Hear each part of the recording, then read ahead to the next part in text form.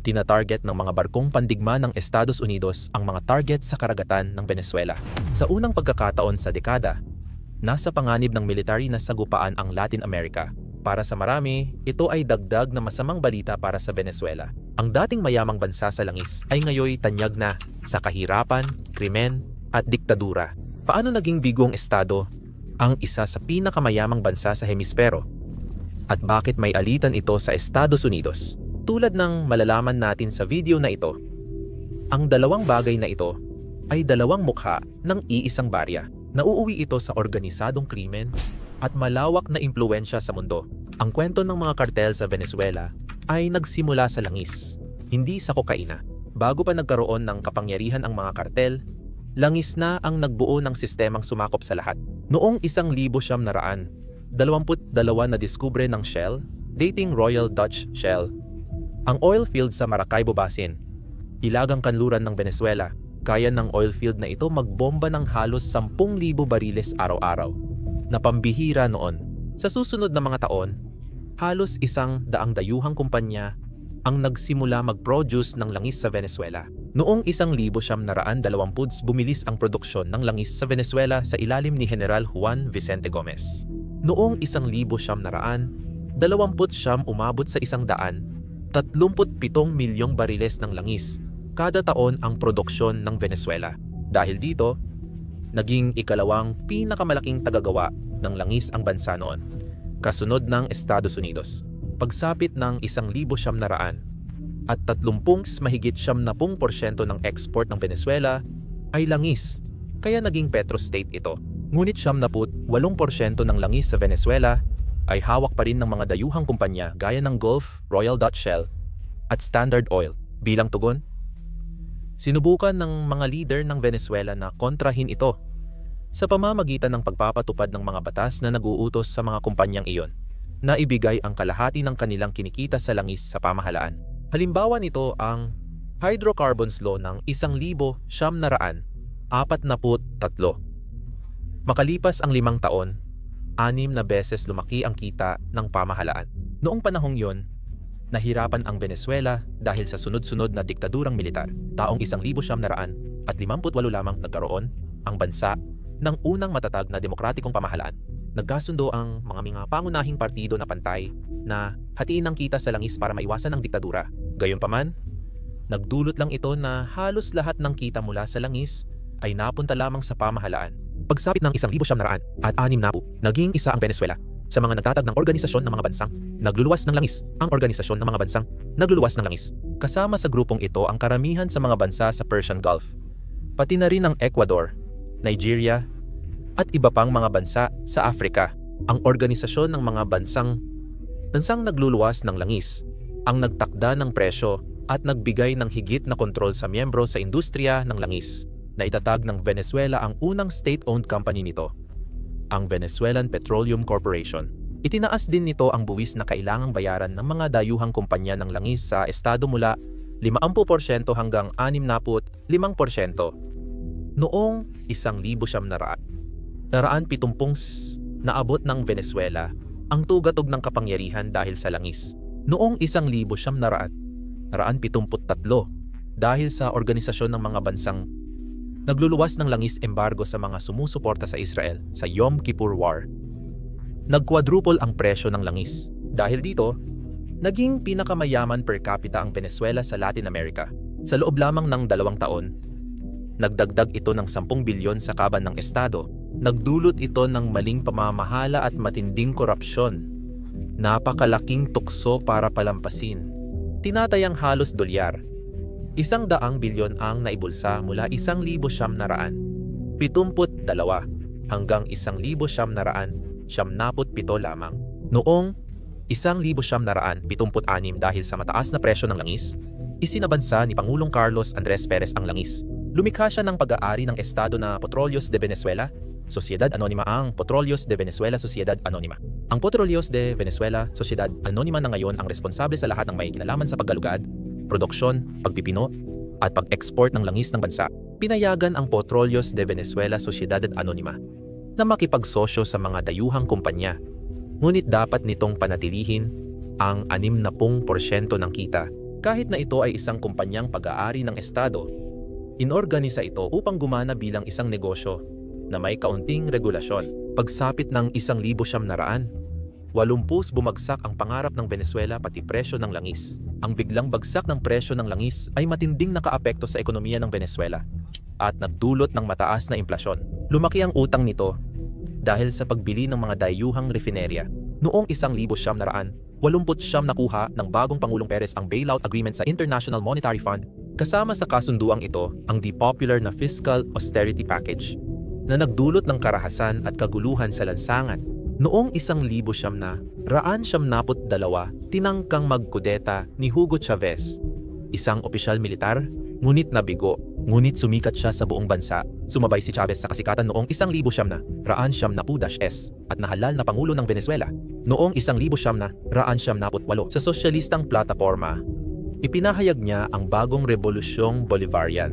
Sa panahon ng kanyang kampanya, nangako si Chavez na gagamitin ang napakalaking yaman ng langis ng Venezuela upang wakasan ang kahirapan at hindi pagkakapantay-pantay.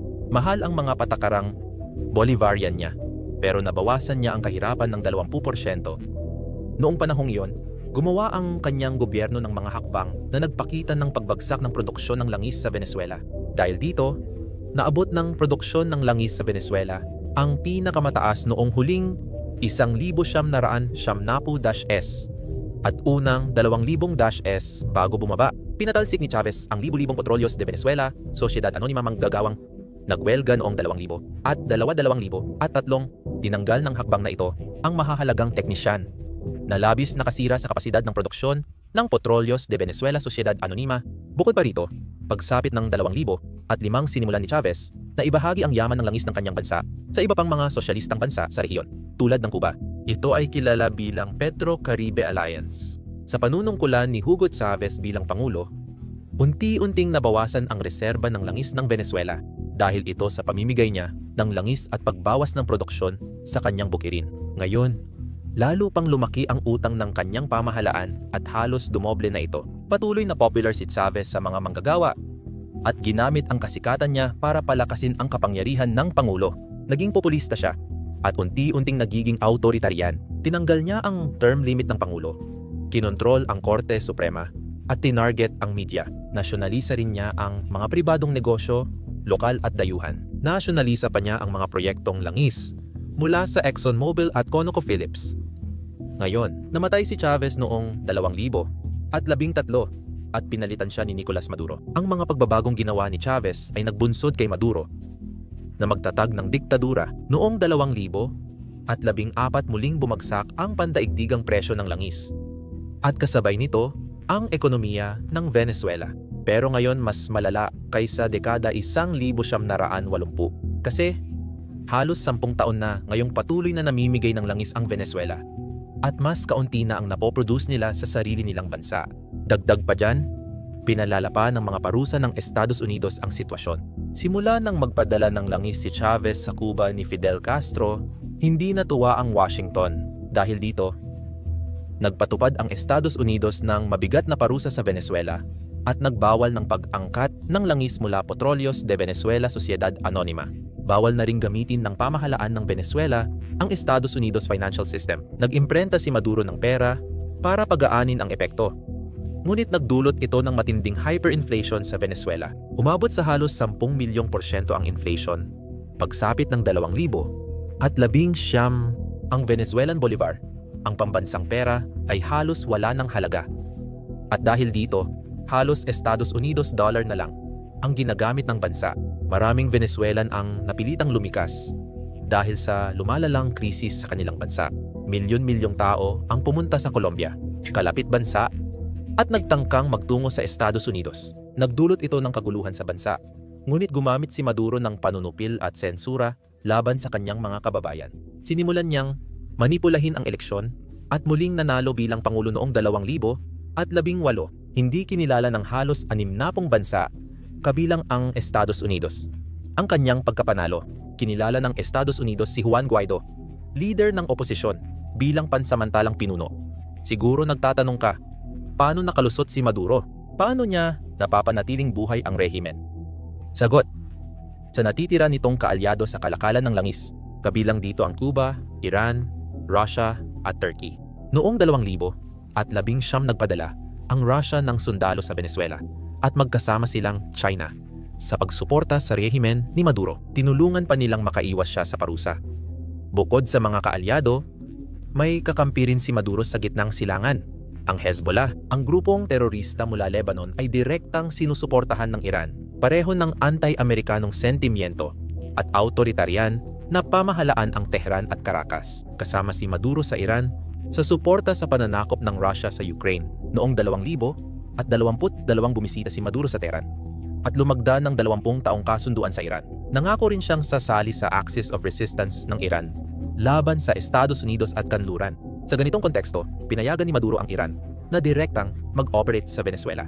Noong 2022, na-detain sa Argentina ang isang kargamentong eroplano mula Venezuela. May 5 Iranian sakay. 2 ay kasali sa Islamic Revolutionary Guard Corps o IRGC.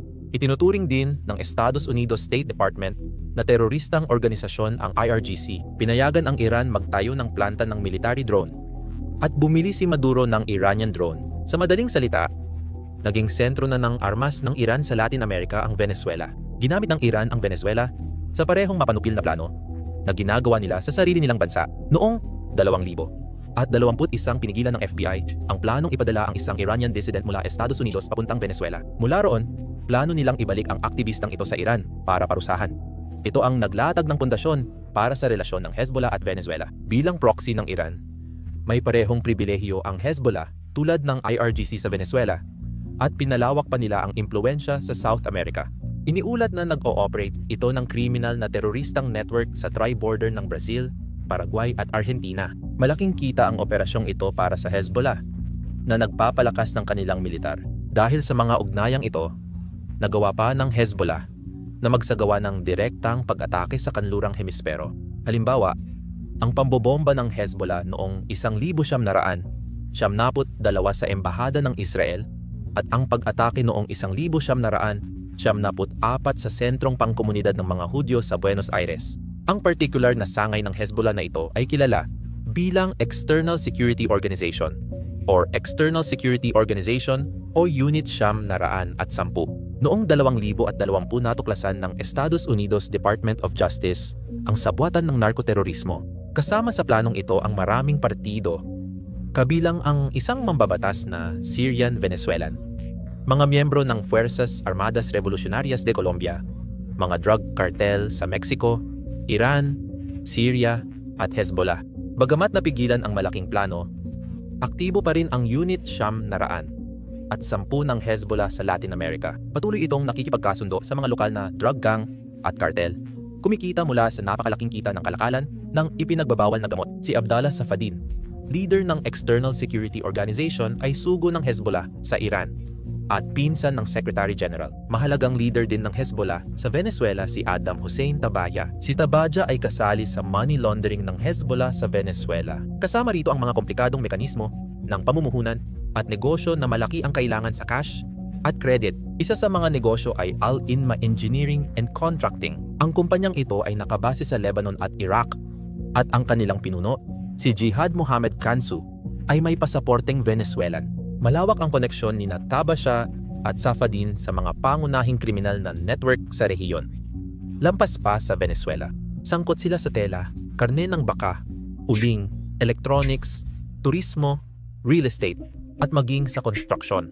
Ang mga negosyong ito ay tumutulong maglaban ng pera para sa Hezbollah. Sinamantala ng Hezbollah ang malaking Lebanese diaspora sa Venezuela at buong rehiyon, parang paraan ng mga gang sa Venezuela sa pagsamantala sa mga kababayan nilang nasa ibang bansa. Hindi namamalayang naging logistical na tulong ng malaking komunidad ng Lebanese sa Venezuela sa paglikom, pagtatago, at paglilipat ng pera para sa Hezbollah. Sila ay mga abogado, accountant, o negosyante. Ang support network ng Hezbollah sa Venezuela ay organisado sa mga estrukturang pangpamilya na sumasama sa ilegal na ekonomiyang kontrolado ni Maduro. Nakabaon ito sa panloob na politika ng rehimen, kaya lalo pang pinatatag ni Maduro ang kanyang pamumuno sa tulong ng suporta. Noong 2021 minaniobra niya muli ang eleksyon at kinuha ang kontrol sa National Assembly. At muli, maraming bansa ang hindi kumilala rito.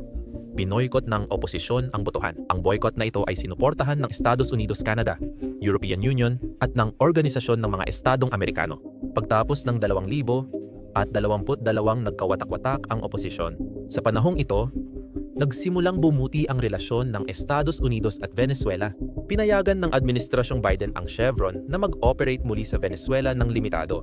Dahil sa pagtaas ng presyo ng langis, dahil sa digmaan sa Ukraine, nagbukas si Maduro ng pag-uusap sa Washington noong 2023.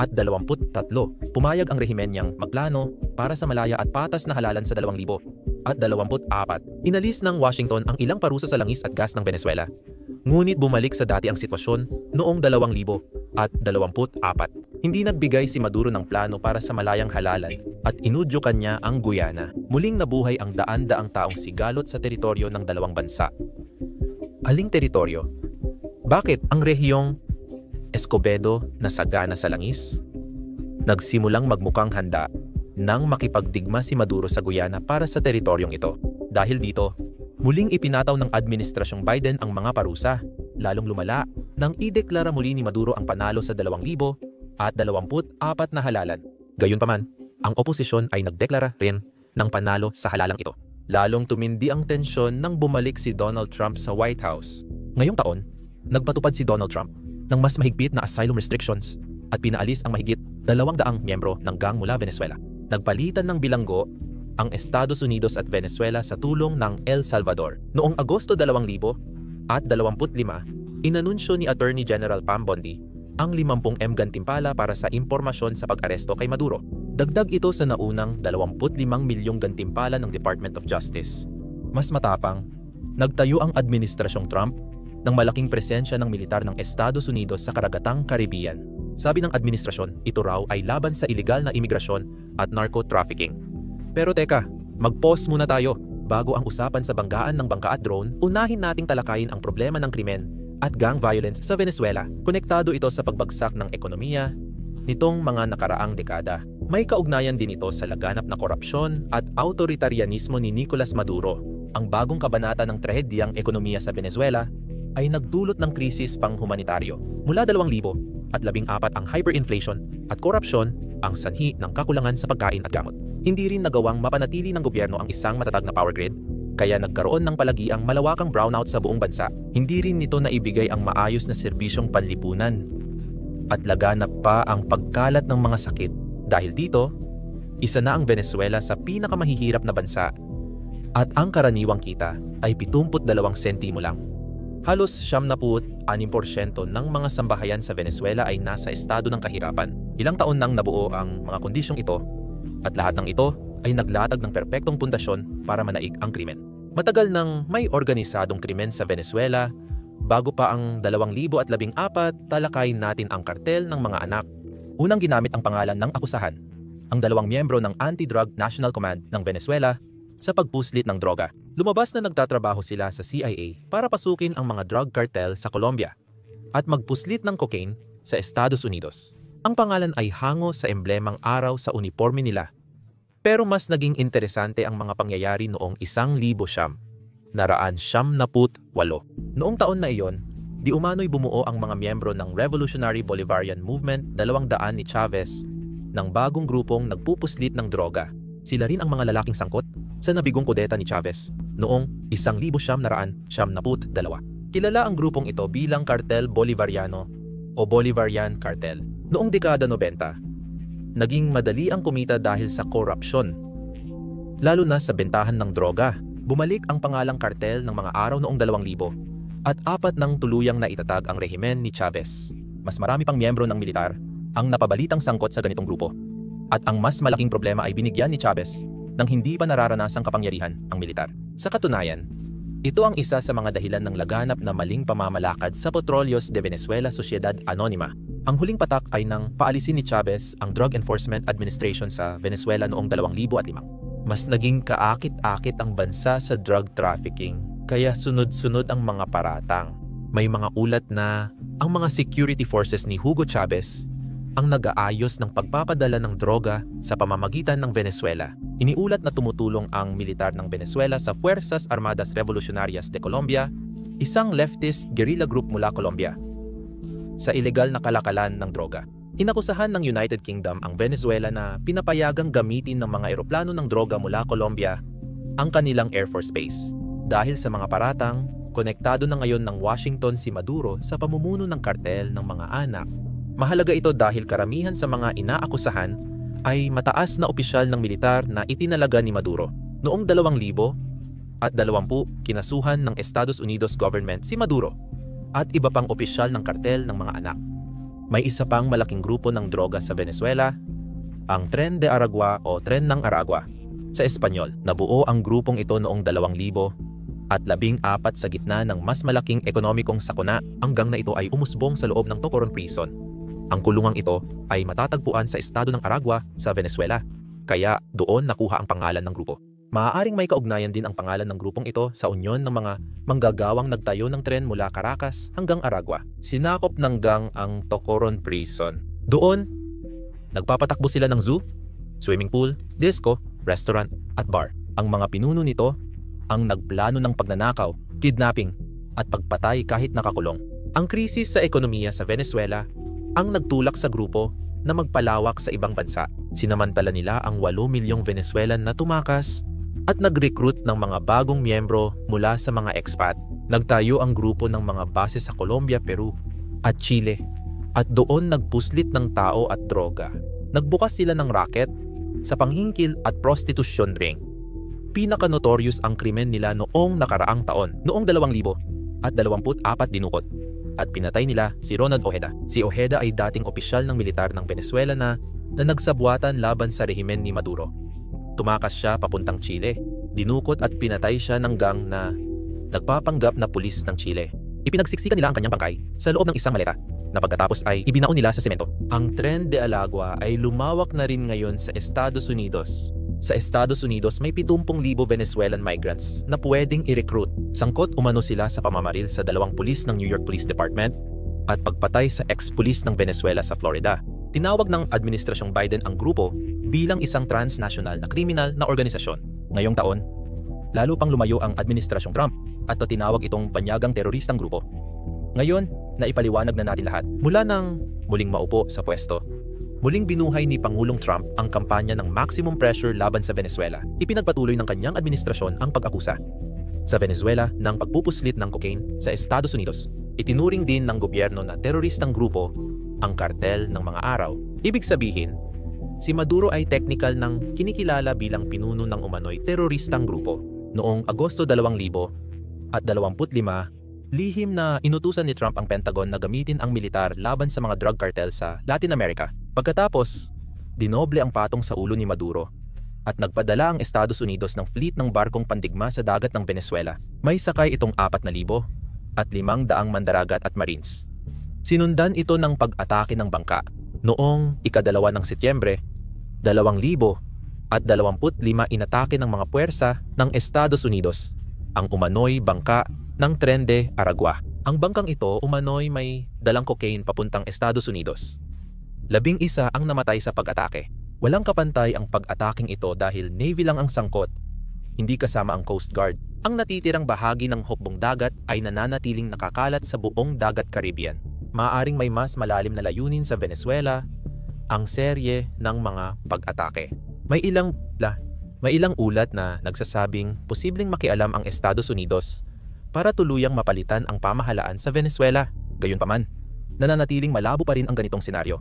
Sa kabila nito, patuloy pa ring nag-iipon ng mga puwersang militar ang Estados Unidos sa rehiyon. Pagsapit ng Oktubre, nagpalipad ng mga helicopter ang 160 Special Operations Aviation Regiment malapit sa baybayin ng Venezuela. Nagpadala rin ang Estados Unidos militar ng 3 B-52 bombers sa rehiyon. Nagpadala rin ang militar ng Estados Unidos ng nuclear submarine sa tubig. Inutusan din ng Administrasyong Trump na itigil ang lahat ng diplomatikong ugnayan sa Caracas. Pinayagan na ni Trump ang CIA na magsagawa ng undercover na aksyon sa Venezuela. Kaya, ano na ang nangyayari sa Venezuela? Ipinapakita ng kwento kung paano bumabagsak ang kayamanan kapag may korupsyon at kapangyarihan. Dahil sa maling pamamalakad at mahihinang institusyon, nagkaroon ng pagkakataon ang mga kriminal na grupo na sakupin ang bansa. Ang mga taga-Venezuela ang tunay na nagdurusa dito. Maiisip mo tuloy kung ano pa ang pwedeng nagawa. Paano kung hindi lang sa langis umasa ang Venezuela? Paano kung pinalawak nila ang ekonomiya? Paano kung nag-iba ang desisyon ng mga pinuno nila? Maari tayong maglaan ng oras sa pagtalakay ng mga alternatibong senaryo. Pero ang pinakamahalaga ay kung paano tayo makakausad ngayon. Mahirap panatilihin ang hayagang pagpapalit ng gobyerno na suportado ng Estados Unidos. Tingnan na lang ang nangyari sa Afghanistan. Maaaring maging epektibo ang tuloy-tuloy na diplomatikong presyon. Gusto talaga ng mga taga-Venezuela ng pagbabago. May option para sa demokratikong pamahalaan sa Venezuela. Nariyan pa rin sina Maria Corina Machado at Edmundo Gonzales. Pinamunuan nila ang oposisyon noong eleksyon at may matibay silang ebidensya ng panalo laban kay Maduro. Gayunpaman, nananatili pa rin sa kapangyarihan ang rehimen ni Maduro kasama ang marami pa nitong mga kaalyado. Hindi natin alam ang magiging hinaharap ng Venezuela. Pero alam natin ang kasaysayan. Gawin nating babala ang Venezuela sa panganib ng sobrang kapusukan. Ang bilyon-bilyong halaga ng langis ay hindi garantiya ng patas at masaganang pagtatapos. Kung sawa ka na sa balitang galing sa mga media na pagmamay-ari ng mga bilyonaryo, lobbyist at tagapagsalita ng gobyerno, siguradong magugustuhan mo ang Global Recaps. Ito ang libreng newsletter namin na nagpapaliwanag ng mga tunay na kaganapan mula digmaan ng Russia-Ukraine hanggang galaw ng China sa mundo. Walang sponsor, ads, censorship, corporate filter, o bias. Diretsong walang halong geopolitics lang. Ang klase ng pagsusuri na kadalasan ay iniiwasan ng mga mainstream na media. Kami mismo ang sumulat nito at direkta kayong sinasagot. Hindi sa boardroom sa New York o Beijing. Kung gusto mo ng lugar kung saan mahalaga pa rin ang katotohanan, kung saan hindi binebenta ang mga headline, at kung saan ang mga kwento sa buong mundo ay ikinukwento kung ano talaga ang nangyari, sumali ka na sa Global Recaps ngayon. I-click mo lang ang link sa description o pumunta sa globalrecaps.com at mag-sign up. Libre ito. 10 segundo lang. At ito lang ang email na gugustuhin mong buksan lingguhan.